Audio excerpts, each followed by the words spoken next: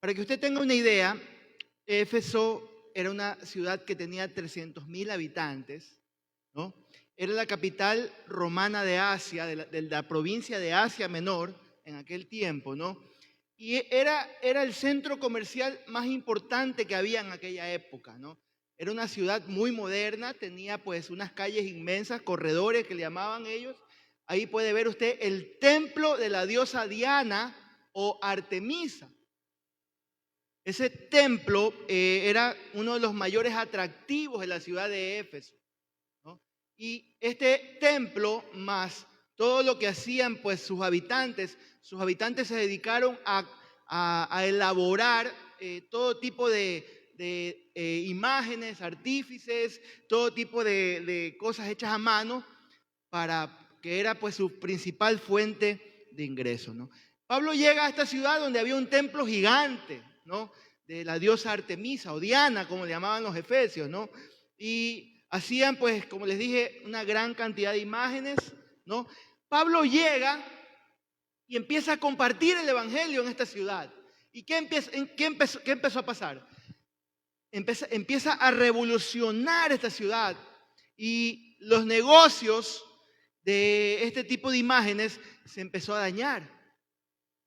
Empezó a caer ese negocio, y esto pues empezó a traer problemas a Pablo. Pablo se empezó a meter en problemas por esta situación, porque el evangelio empieza a tocar la vida de la gente empieza a dejar las imágenes, a dejar de ir al templo de Diana, ¿no? Y pues la gente dice, este hombre nos está causando un problema y nos está quebrando nuestros negocios, nos está quebrando el negocio que tenemos, ¿no? Ahora, seguimos con el texto, sigamos viendo el texto, ¿no? Recuerden que estamos en el versículo 1 que dice: mientras Apolos estaba en Corinto, Pablo recorrió las regiones del interior y llegó a Éfeso. ¿Y qué dice ahí? Allí encontró algunos, ¿qué cosa? ¿Qué cosa? Se encontró algunos discípulos, ¿no? Todos sabemos lo que significa ser discípulos, hermano. ¿Qué es un discípulo? Un discípulo, obviamente, es una persona que tiene un maestro, es alguien que aprende de ese maestro. Y el apóstol Pablo encuentra a estas personas, dice más adelante que eran como 12 que estaban ahí en la ciudad de Éfeso. Y Pablo, yo me imagino que se queda por un momento mirándolos, ¿no? Se queda pensando y les hace una pregunta interesante. Es una pregunta que al principio uno se queda, pero wow, me quedo marcando ocupado. ¿Por qué hace esta pregunta Pablo, no? Él les pregunta: ¿recibieron ustedes el Espíritu Santo cuando creyeron? Es una pregunta interesante, hermanos, ¿no? ¿Por qué el apóstol le pregunta esto a estos 12 hermanos o a estos 12 discípulos, ¿no? ¿Por qué les pregunta? Yo no veo a Pablo en ninguna otra parte de la Biblia haciendo esta pregunta. Él no va por las iglesias haciendo esta pregunta o evaluando a la gente. Es la primera vez que vemos a Pablo haciendo esta pregunta, ¿no? Y yo pienso que Pablo tuvo que haber visto algo, hermanos. Pablo tuvo que haberse dado cuenta de que esas personas no estaban dirigidas por el Espíritu Santo, ¿no? Y es que cuando tú y yo caminamos dirigidos por la presencia del Espíritu Santo, se nota. Pero también se nota cuando usted y yo caminamos en la carne, cuando no estamos dirigidos por la presencia del Espíritu Santo. Es evidente. Es evidente cuando usted como papá, cuando usted como esposo está caminando sin la presencia del Espíritu Santo, eso se nota. Eso es clave, eso se ve a leguas, hermano. Cuando usted como padre no está caminando dirigido por el Espíritu Santo, se nota. Cuando usted como cristiano, si los cristianos de Centro Cristiano de Manta no andan con la presencia del Espíritu Santo, se nota. Se nota, mis hermanos. Ahora, lo que más me sorprende es la respuesta de estos 12 hermanos o estos 12 discípulos. Ellos le dicen: no, ni siquiera hemos oído hablar del Espíritu Santo. Wow. ¿No? Quiere decir que eran discípulos, eran estudiantes, pero no tenían el Espíritu Santo. ¿Y cómo es eso? Entonces, eran discípulos, pero ¿eran discípulos de quién? Y aquí es donde vamos a aprender un poquito, hermanos, sobre este tema, ¿no? Estos hombres eran discípulos de un hombre llamado Juan.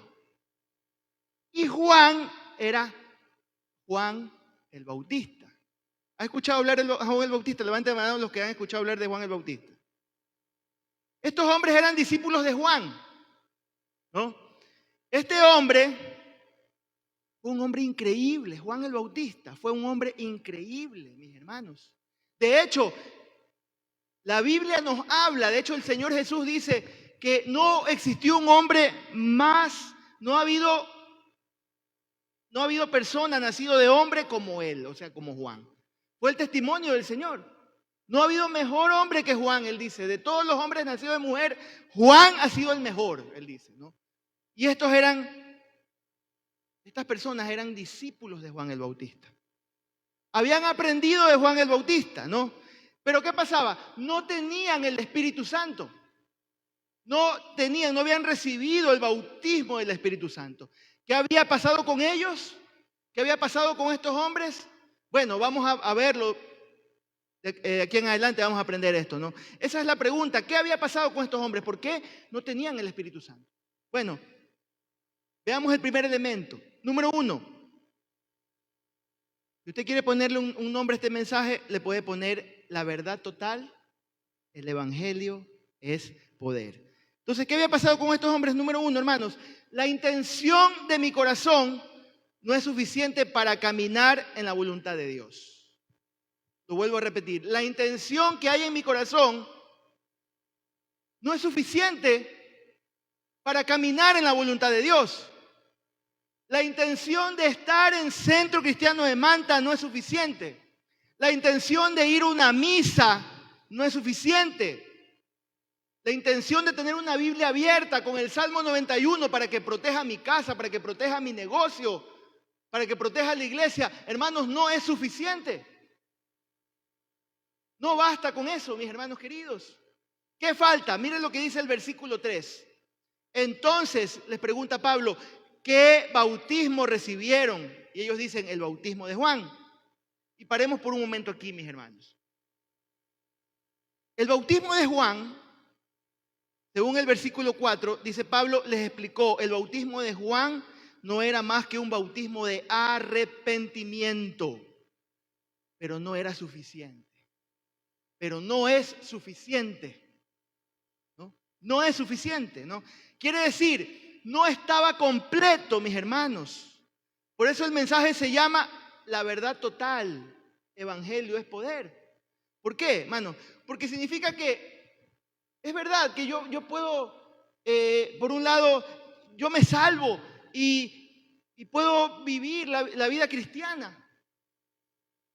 Pero muchas veces no estamos siendo dirigidos por el Espíritu Santo.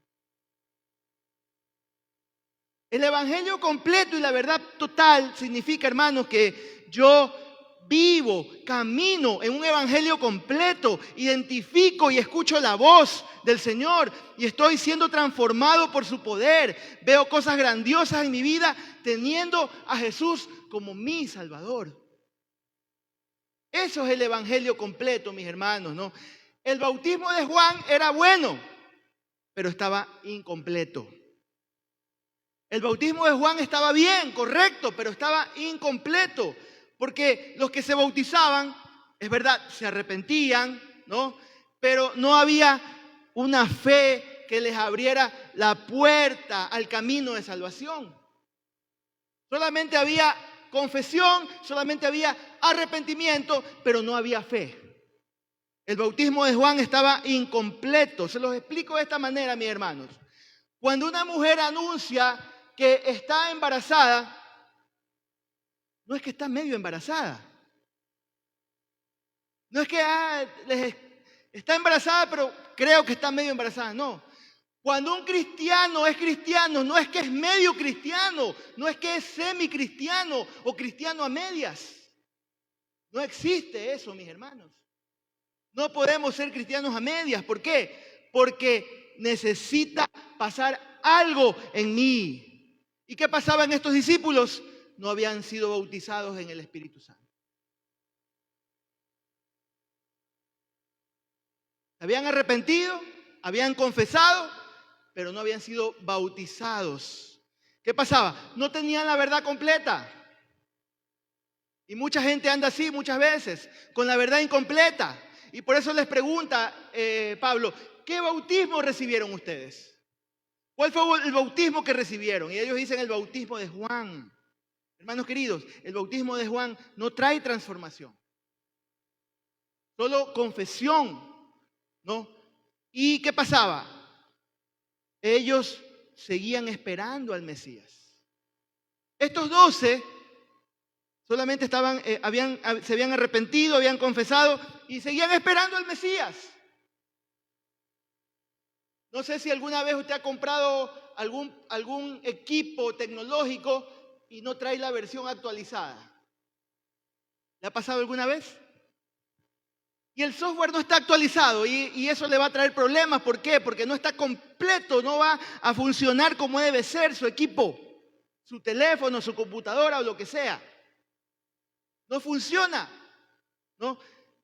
No tenía la versión actualizada, ¿no? ¿Cuál es la versión actualizada para esta gente? Ya Cristo había venido, había muerto por los pecados de la humanidad, había resucitado, pero ellos estaban desactualizados. Y por eso no tenían el bautismo del Espíritu Santo en sus vidas, ¿no? Y yo le pregunto a usted, ¿cómo está su fe? ¿Cómo está tu fe, mi hermano querido? ¿Hay fe? ¿Hay confesión de pecados?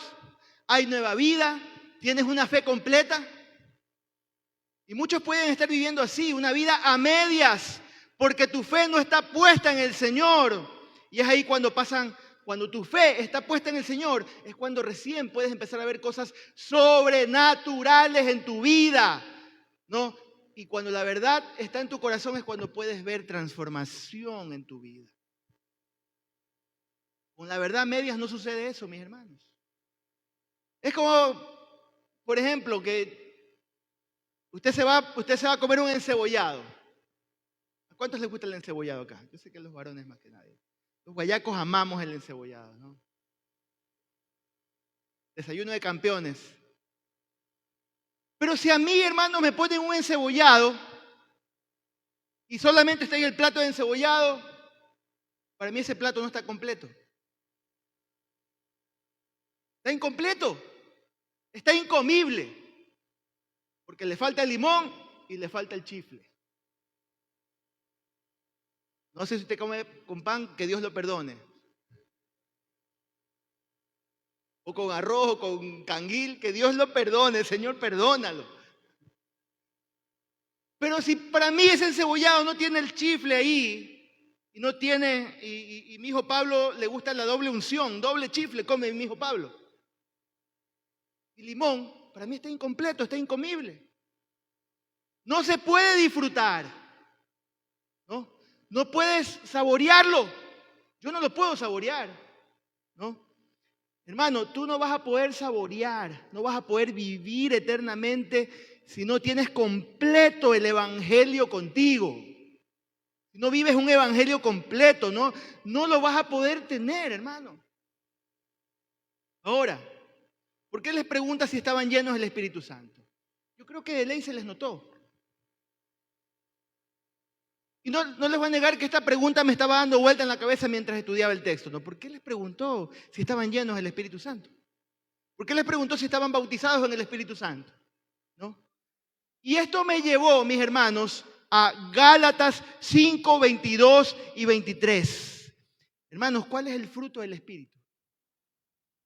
Amor, gozo, paz, paciencia, benignidad, bondad, fe, mansedumbre, dominio propio.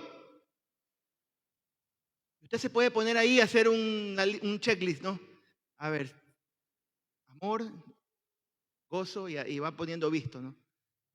A ver si está bien. Si los tiene completos, hágase un test, hermano.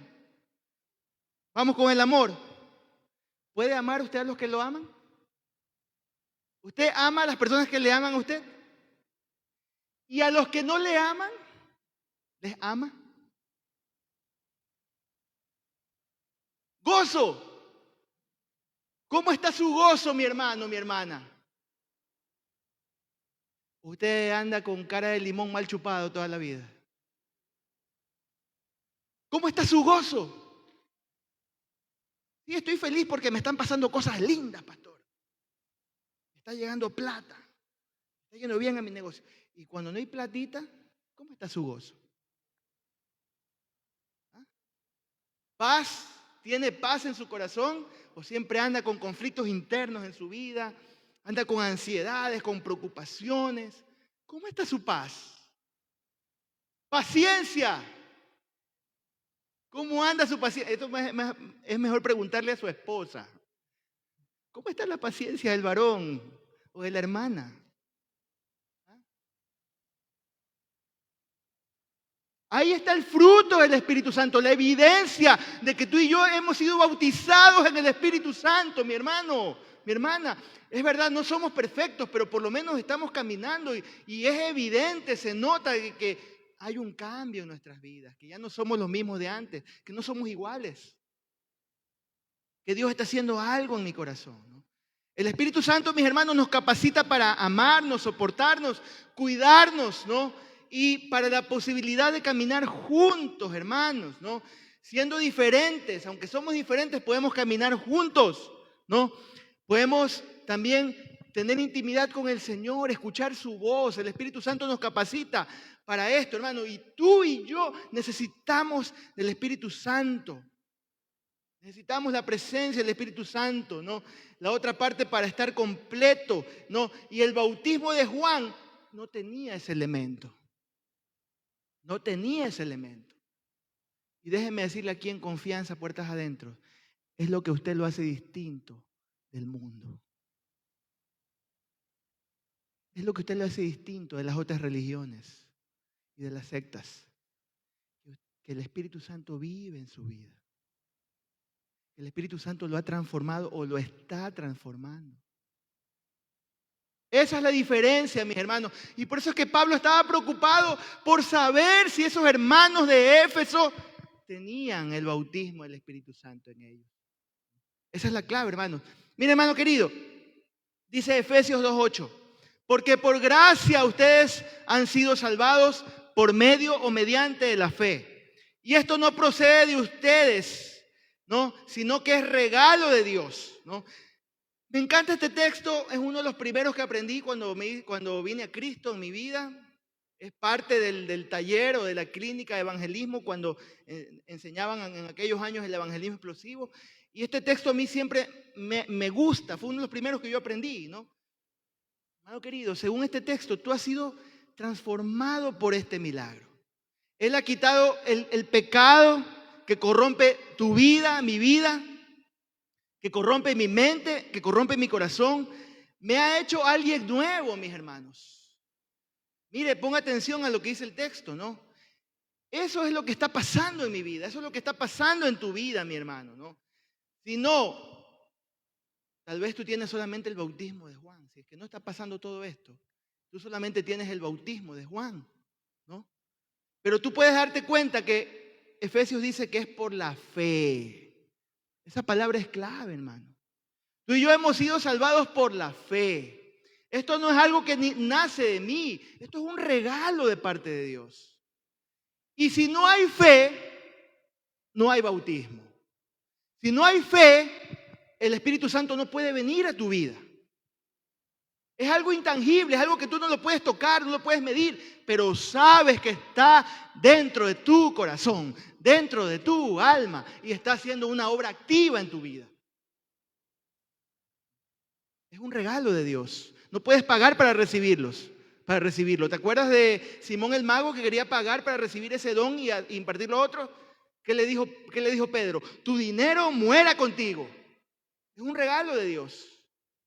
Y Dios se lo da a quien Él le place, a quien Él quiere, ¿no? ¿Y cuándo pasa en nuestras vidas el bautismo del Espíritu Santo, hermanos? ¿Cuándo sucede esto? Tal vez tú puedes decir, pastor, pero esa es la pregunta que siempre me hago. ¿Cuándo pasa esto?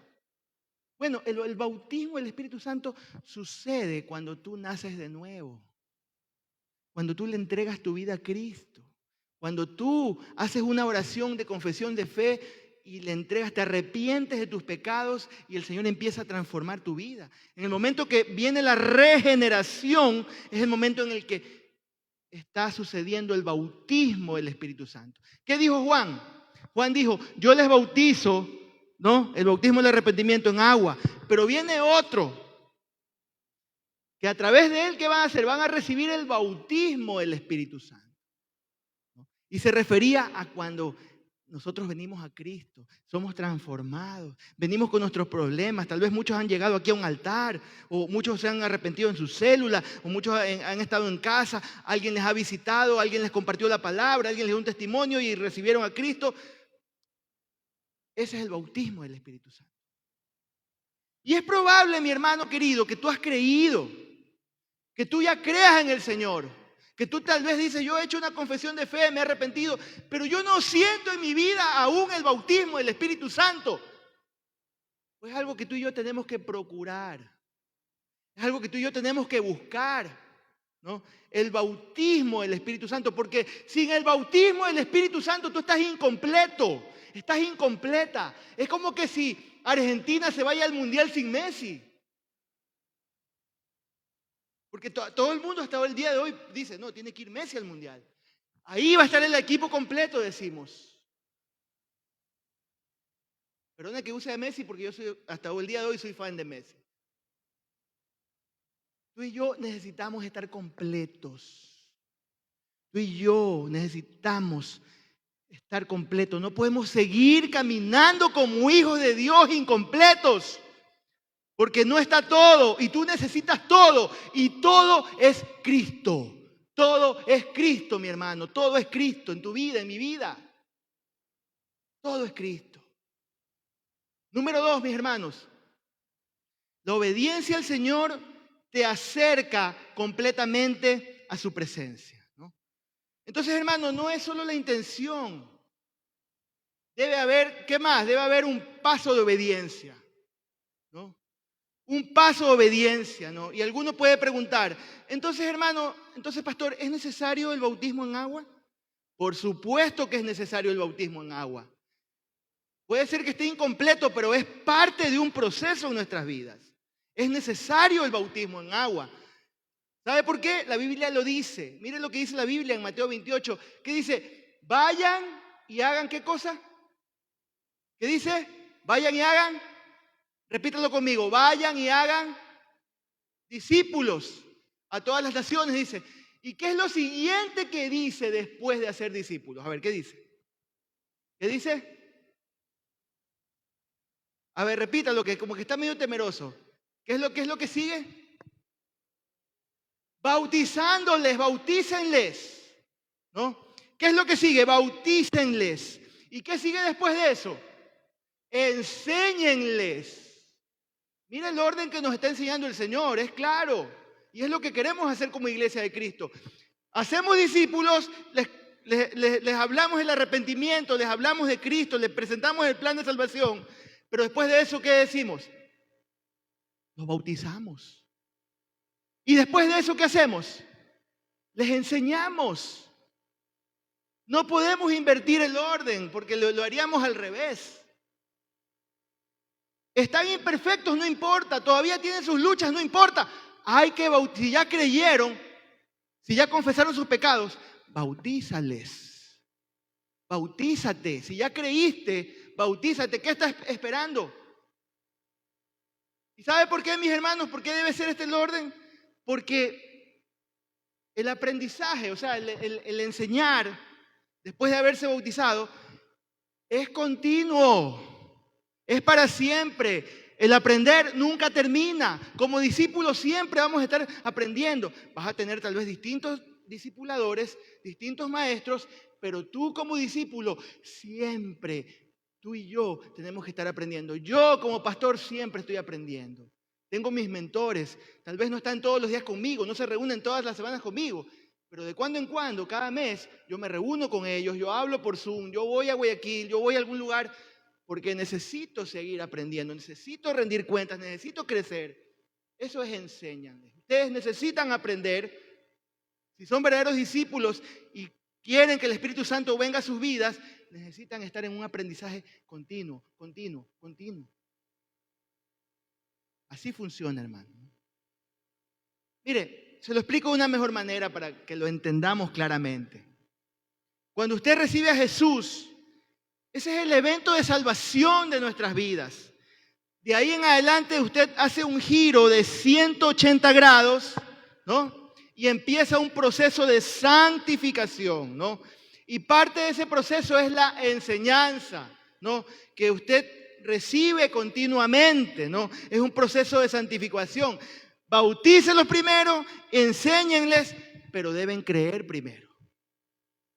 Primero se cree, después se los bautiza y después se les enseña, ¿no? Hermano querido, la obediencia al Señor, hablando de esto, de que no solamente basta con una intención, tenemos que obedecer, porque eso es lo que dice mi segundo punto. La obediencia al Señor te acerca a su presencia. Miren lo que dice el versículo 5, estamos en Hechos 19, no lo olvide. Al oír esto, interesante, al oír esto, fueron bautizados en el nombre del Señor Jesús, ¿no? ¿Qué quiere decir esto? Que hubo una respuesta, no dice, voy a pensarlo, voy a agendarlo, voy a ponerlo en mi agenda algún día, voy a ver cuándo puedo. Dice, al oír esto, mis hermanos, al oír esto, fueron bautizados en el nombre del Señor Jesús, hermanos, ¿no? Ellos tomaron una decisión, ellos dijeron, heme aquí, aquí estoy. Yo quiero obedecer lo que estoy aprendiendo, lo quiero poner en práctica. Y esos hombres, al entender la Escritura, tomaron su paso de fe.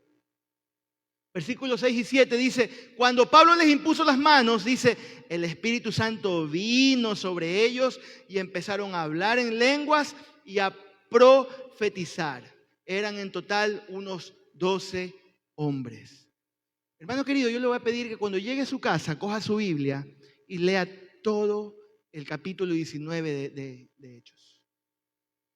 Porque tiene cosas muy interesantes que usted y yo vamos a aprender, que van a ser de bendición para nuestra vida, ¿no?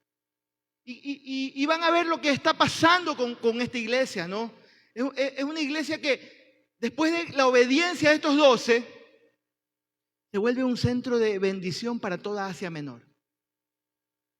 Después de ese acto de obediencia de estos 12 que no conocían el bautismo del Espíritu Santo, solo conocían el bautismo de Juan, ellos se bautizan y empiezan a profetizar porque Pablo pone las manos sobre ellos, reciben el bautismo del Espíritu Santo, empiezan a hablar en otras lenguas, empiezan a profetizar y dice que después de esto vino una bendición, un avivamiento, ¿no?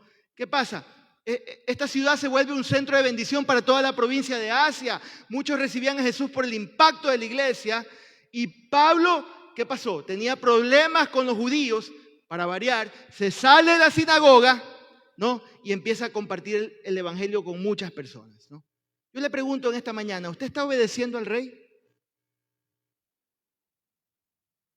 Yo tengo un dicho con mis hijos que ellos se lo van a decir, ¿no? Yo siempre les digo esto.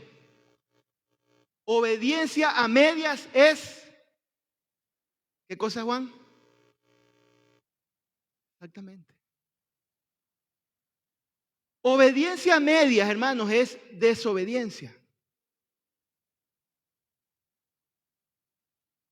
Y esto lo podemos traer a nuestra vida cotidiana, hermano, ¿no?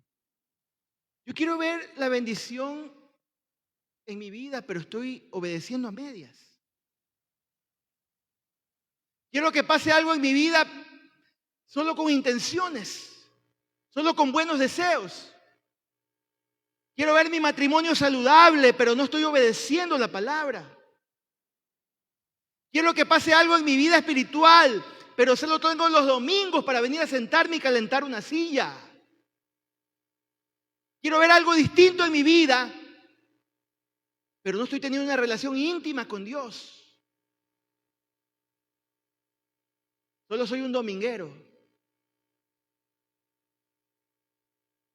Quiero que Dios haga cosas en mi vida, pero sigo obstinado con que quiero que las cosas sean como yo quiero. No le permito al Señor que Él tome el control de mi vida. Si usted se da cuenta, la obediencia trajo bendición a la iglesia de Éfeso. Versículo 8 dice, quiero ir terminando, quiero ir aterrizando aquí, mis hermanos, dice, versículo 8, miren lo que pasó en esta iglesia, cómo el Señor empezó a hacer cosas grandes, maravillosas en este lugar. Dice, Pablo entró en la sinagoga y habló allí con toda valentía durante 3 meses. Discutía acerca del reino de Dios, tratando de convencerlos, pero algunos se negaron obstinadamente a creer, desobedientes, y ante la congregación hablaban mal del camino, o sea, hablaban mal de los cristianos. Así que Pablo se alejó de ellos. A veces tenemos que alejarnos de algunas malas compañías. Y a veces tenemos que dar gracias a Dios por algunos que ya no llegan por aquí. Solo Dios sabe a qué me estoy refiriendo, ¿no? Y Pablo se alejó de ellos y formó un grupo aparte con los discípulos. Y a diario debatía en la escuela de Tirano.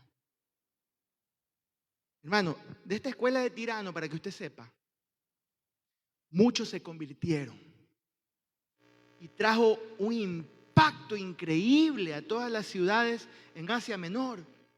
Muchos llegaban ahí a estudiar y de ahí salían a sus ciudades a predicar. Era como una base de operaciones. Venían, estudiaban y salían a sus ciudades. Era como un seminario bíblico. Llegaban ahí y de ahí salían a predicar. Hermoso. Ojalá que eso pase aquí con nosotros en nuestra iglesia. Que seamos un centro de operaciones para ir de ciudad en ciudad, ir en toda la provincia de Manabí, predicando la palabra, expandiéndonos, creciendo. Eso a mí me emociona, mis hermanos. Y miren lo que dice el tercer elemento. Dice, la presencia del Espíritu Santo te permitirá vivir lo sobrenatural. ¿Qué es lo sobrenatural, mis hermanos? ¿Sabes lo que es lo sobrenatural? Lo sobrenatural no pueden vivir los que no están en Cristo. Sobrenatural es vivir y ver y experimentar el mismo poder de Dios en mi vida. Hermano querido, recuerda que la intención no es suficiente. Usted y yo tenemos que escuchar, obedecer, ¿no? Eso fue lo que hicieron estos 12. Y después de escuchar la sana doctrina, ¿qué pasó? Versículos 11 y 12 dice, Dios hacía milagros extraordinarios por medio de Pablo. Me encanta cómo lo dice aquí. ¿Quién hacía los milagros, mis hermanos? ¿Quién hacía los milagros según ahí? Dios. Dios es quien hace siempre los milagros en nuestra vida, en nuestra casa. Milagros de sanidad, lo que Dios quiere hacer con nosotros. Pero Dios puede usarte a ti para hacer sus milagros. Dios puede usar a la persona que está al lado tuyo para hacer sus milagros. Pero siempre es Dios el que hace los milagros, el que se mueve de manera poderosa. Y por eso es que usted y yo tenemos que caminar para vivir, caminar en obediencia, para vivir lo sobrenatural. Versículo 12 dice, me encanta aquí, a tal grado, dice, que a los enfermos les llevaban pañuelos y delantales que habían tocado el cuerpo de Pablo y quedaban sanos de sus enfermedades y los espíritus malignos, ¿qué cosa? Salían de ellos, ¿no? Hay que tener mucho cuidado con las malas interpretaciones. Usted y yo vamos a ver cosas sobrenaturales que no las vamos a entender muchas veces. Yo vengo de un contexto en el que, sí, soy una iglesia de muy sana doctrina. Somos Asambleas de Dios pentecostales. Y siempre se ha predicado la sana doctrina donde yo vengo. Y por eso velamos por la sana doctrina aquí en nuestra iglesia. Pero también sé que hay cosas que usted y yo no las podemos medir, que no son tangibles, que no las podemos entender, como las cosas que vivió Pablo en Éfeso, como las cosas que se veían en esta iglesia. He visto endemoniados siendo liberados, he visto gente siendo sanada en campañas, he visto gente viendo la gloria de Dios en medio de un tiempo de adoración, viendo sanidades, viendo cosas increíbles. Y es lo que pasaba en Éfeso. ¿Recuerdan el video? Éfeso era una ciudad sumida en cosas de demonios. Una ciudad llena de demonios y tenía ese demonio llamado Diana ahí que los tenía sometidos. Pero en medio de todo esto, la gloria de Dios se derrama en esa ciudad. Y yo creo que aquí en esta ciudad puede pasar lo mismo si usted y yo empezamos a ser gente de fe. Gente que empieza a creerle al Señor. Gente que empieza a vivir, a caminar en lo sobrenatural. Que empezamos a obedecerle al Señor, hermanos, ¿no? Pero también algo que usted y yo tenemos que entender. Aquí viene el equilibrio que usted y yo tenemos que tener. Présteme atención acá que ya voy a terminar. Cuidado con este tipo de cosas, hermanos. No se puede esto convertir en doctrina. No se puede convertir en un negocio. Cuando usted llegue a una iglesia donde le están vendiendo pañuelos ungidos, usted salga por esa iglesia, por la misma puerta corriendo. Salga corriendo de ahí. Porque esas cosas no son de Dios. Esas son falsas doctrinas. No existen los pañuelos ungidos. No haga doctrina de una experiencia particular que pasó en Éfeso. Lo que Dios hizo con la vida de Pablo en ese momento. No es el pañuelo, hermano querido. No es el pañuelo. Es tu fe que activa el poder de Dios. Es tu obediencia la que experimenta los momentos sobrenaturales con el Señor. No es el pañuelo. No es el jabón de ruda. No es ninguna de esas cosas. Es tu fe. Es tu confianza en Dios. No es el Salmo 91 que tiene poder en sí. Es que tú vivas en obediencia. Que tú vivas en fe.